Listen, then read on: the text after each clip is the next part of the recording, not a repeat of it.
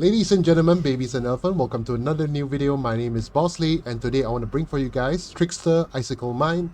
And this is actually a build that is inspired and actually built by one of my viewers.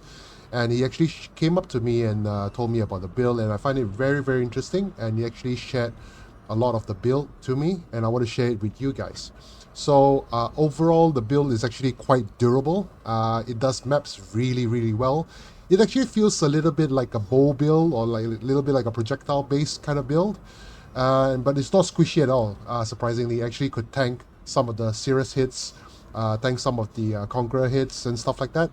So it's actually quite impressive, and for the amount of investment you put in and the amount of damage that you can get, I find it really impressive. I really want to share with you guys.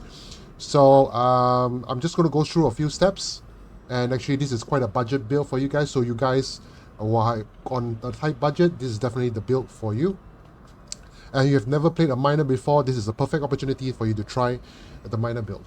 Okay, so let's go through the Ascendancy first. So the Ascendancy, we're going to use Trickster. So we want to fully utilize all the Trickster nodes because of the frenzy charges and all the recovery and all the durability skills that they have. It's actually a very viable option for you to choose. So the first step you want to go for is actually one step ahead. I'm going through this as I'm assuming that you guys are actually starting a new character, wanting to try this build out. So one step ahead is definitely the first node that I would actually pick, because of the action speed is at least 108% base value, which means that a lot of the hinder, a lot of the maims, a lot of the chills won't really affect you that much, because your action speed will not go lower than 108%, and the nearby enemies action speed will be lower as well. So the nearby enemies will hit you a lot slower, which gives you a lot more chance of survivability. So one step ahead is definitely the first pick for me in terms of leveling process. If you already maxed out a character, it doesn't really matter anyway, but I'm just going to explain and assume that you guys are starting a new character just for this build. And after that, you want to go for Polymath. Now, Polymath is actually giving, this is the part where you actually want to utilize as much masteries as you can. So the more masteries you have, the more recovery you get, and the more different percentage of more damage you can get. So it will recover 1% of life, energy, shield, and mana, and 3% more damage for each mastery that you have allocated in your skill tree. So the more masteries you have, the more recovery and damage that you will get for Polymath. After that, you want to go for Swift Killer. So Swift Killer will give you 2 extra maximum frenzy charges. So we're scaling a lot on frenzy charges on this build. So extra 2 will be a lot of help and a lot of damage. So Swift Killer will be definitely the third option for me, and the last option is actually Escape Artist. So this one is basically giving you more evasion rating and maximum energy shield per evasion rating on your body armor as well. So another additional layer of defensive layer for your build. And this build actually focuses a lot on Ghost Dance, which is your Ghost Shrouds. Ghost Shrouds is really OP because using Ghost Shroud with a lot of evasion rating, you're practically, I wouldn't say immortal, but you're quite tanky, I would say, yeah. So that is the Ascendancy.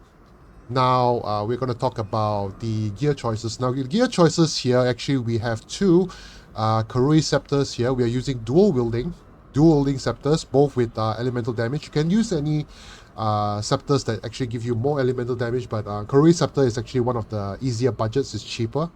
So what you want to look out for is actually looking out for you can look for crit multi. You want to look for damage to spells, spell damage, and actually mine throwing speed. So the more mine throwing speed is actually something like your cast speed or your attack speed, but instead it's actually mine throwing speed. So this one, spell damage, lightning damage, crit chance, and crit multi. Crit chance, crit multi, spell damage, cold damage. Basically, you're scaling cold damage, spell damage, crit multi, crit chance, and mine throwing speed. So this scepters actually doesn't really cost all that much. On average, on the trade side, you can actually grab one of these scepters for like 10-20 C each. So both of it will cost you like what, 40-50 C for both of your weapons. So weapons are done. Mind Cage, which is the helmet. Now, you really want to get at least the Grace Mana Reservation Efficiency and helmet, and then you can craft it yourself. And basically, on top of that, you want to craft 14% mana reservation efficiency. So on top of the 30% mana reservation efficiency on your aura, you want to get extra 14% of mana reservation efficiency on your helmet.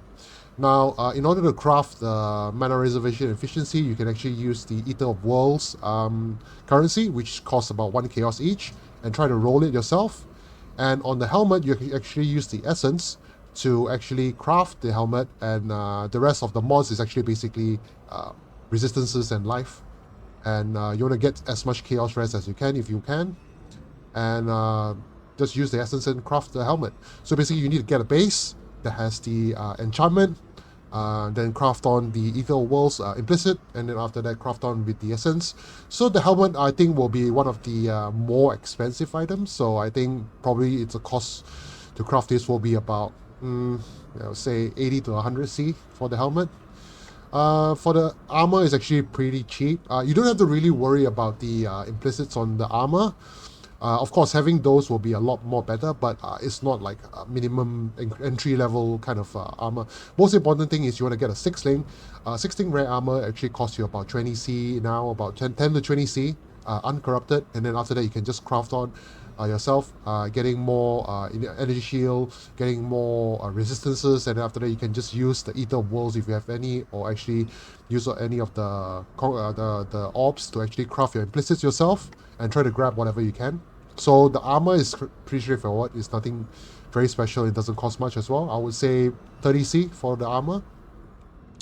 For the gloves, so for the gloves, right, you actually want to have same resistances, some energy shield or life, because we are using both life and energy shield for the build. So you want to get implicits, you want to get suppressed spell damage and freezes you inflict to other enemies in the radius of 12. So this very straightforward. For the boots, you want to get increased movement speed if you can. If you don't, it's fine. Just get a normal Dark Ray Vectors. It's very, very cheap. Probably 1 or 2 chaos for the boots. Just get a normal boots and you're fine, because we are scaling on frenzy charges. That's why the Dark Ray Vectors will be a very, very optimal choice. For the amulet, you want to get an amulet that gives you +1 to all cold skill gems. I think this costs a few chaos. Just the pre-built ones, and then after that you just want to craft on mind throwing speed if you want, or try to grab one that has crit strike multi if you can, for more damage scaling. For the ring, you can actually use Mark of the Shaper here. It gives you life, gives you some energy shield, gives you some damage to spells, increase spell damage if your other ring is an elder item, so you have to make sure your other ring will be an elder item, so you get extra 70% more spell damage. And then on the Elder Ring, you just get crit multi, some resist, and also energy shield, you know, all the defensive stuff that on the ring. On the belt, same thing, some strength, because you need quite a bit of strength on the build to actually wear some of the gears and some of the skill gems. So strength, some life, some resistances, and map the trap or mind throwing speed for the build. And actually for the build, yeah, pretty much that's the gear choices over here. So summing up, the gears are more or less like one and a half divine for everything. I think less than that for the whole build gear. It's less than 1.5 divine for the build. For including the gems. Now the gems, you can pick these kind of gems up for like what, 10C, 15C, 20C. All these are really, really budget stuff. So it's pretty simple to actually get all this stuff. You can actually search for them on the trade site. It's very simple. Just want to try to grab crit multi for cold skills and crit chance together, and you'll be fine. Next up, we're going to talk about the skill gems. So skill gems here, on the main 6-link, we are actually using Icicle Mine with Charge Mines, increased crit strike, Swift Assembly as inspiration, and trap and mind damage. So this is the 6-link. Inspiration will give you reduced mana consumption. Trap and mind damage, charge mines will be damage. Swift Assembly for increased mind throwing speed, and crit strikes for more crit chance. Just using a portal scroll over here, cast on death. Summon Skater Bots is one of the auras that we're running. Grace that we're running Grace as well. We're running Hatred as well. And then after that, we're running Flame Dash for the mobility skill. Sniper Smart will be our mark skill. Immortal Call with cast when damage taken, increased duration for the Immortal Call for extra defensive layer. And Volatile Anomaly is actually from the ring, so it doesn't really matter. So the skill gems is actually straightforward. For the Flask choices here, actually we're using a Life Flask for instant recovery to remove any bleeding. We're using a Stip Knife Flask for more evasion rating, J Flask for evasion rating, Silver Flask for onslaught, and Quicksilver Flask for more movement speed, because we want movement speed. Yeah, that's our Flask choices. The Pantheons, actually we are using Lunaris, and F3 we are using Shikari for in case of the dots from the chaos, so you'll be fine. Bandits, we're actually taking Alira for the Bandits because of the crit multi, the resistances to cap the resistances, and also the mana regeneration. So all these three will be very useful. So we will be helping Alira for this one, for the Bandit. And last but not least, we're going to talk about the skill tree. Now the skill tree here, you're going to be starting off over on Shadow, which is on this side. So you pick up all the elemental damage nodes on the, over here, and then pick up Trickery, move down here for Blood Siphon, and then Assassination for crit, and after that Cold Heart Calculation over here for mana regeneration and increased damage. Then you want to move up here to successive detonations, and then move over here for Written in Blood for more life and energy shield, Instinct for recovery, energy shield every time you suppress damage, Snowforge for increased cold damage, and then after that you can move over on this side, move down here and pick up Devastating Devices and Explosive Elements. On the Mastery, you're picking each mine reduced damage dealt to enemies near up to 10%. 30% increased chaos. 30% of chaos damage does not bypass energy shield.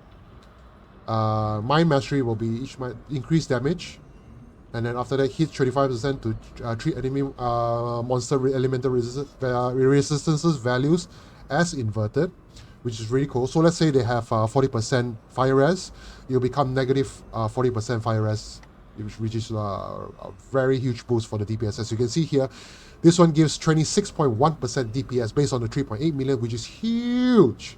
So make sure you want to pick this up, okay? And then over here, I pick up Mana Mastery because that you want to get 12% increased mana reservation efficiency because of the new changes on the new patch. You can actually get mana reservation efficiency masteries only on the Mana Mastery nodes. Over here, I pick up Power Charges. And then after that, Frenzy Charges over here on the Blood Drinker of the Life Node. Move down here and pick up another Life Node, Revenge of the Hunted. Charisma over here for mana reservation efficiency. And then over here we'll get some suppressed spell damage. Inveterate. And then Piercing Shots for pierce damage, for piercing 2 additional targets. More projectile speed because we scale a lot of projectile speed as well. Heartseeker for crit multi. And then Frenzy Charge over here and Herbalism over here. And then after that, you will move this way and pick up Influence for, again, mana reservation efficiency. Efficient Explosive here for mana reservation efficiency. And then Throw Save for crit multi and some stats if you need them for your build, because to equip all your skill gems. And then, yeah, that's pretty much the skill tree. It's actually very, very simple build to follow. Very, very budget, very, very simple build to follow.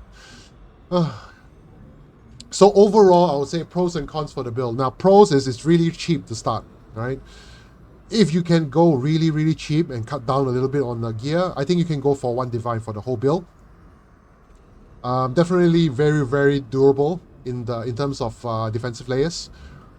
Putting out very, very decent damage, about 3 to 4 million DPS, which is really cool. Bosses is actually quite decent as well, but I think this build excels really, really well in mapping, in terms of mapping. Bosses still do very, very well as well, and it actually does quite well in Trial of the Ancestors mechanic as well. So you can pretty much do everything. You can do the rip tier maps and everything, but definitely not the pinnacle bosses, definitely not the Uber bosses. You can do Epo bosses and stuff. As you can see in the showcase, you can do Sirius as well without much of a problem, tanking some of his hits.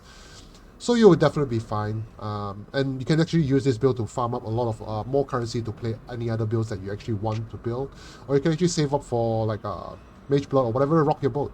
Okay, so yeah, so a big shout out to Xvolve Games for the build guide.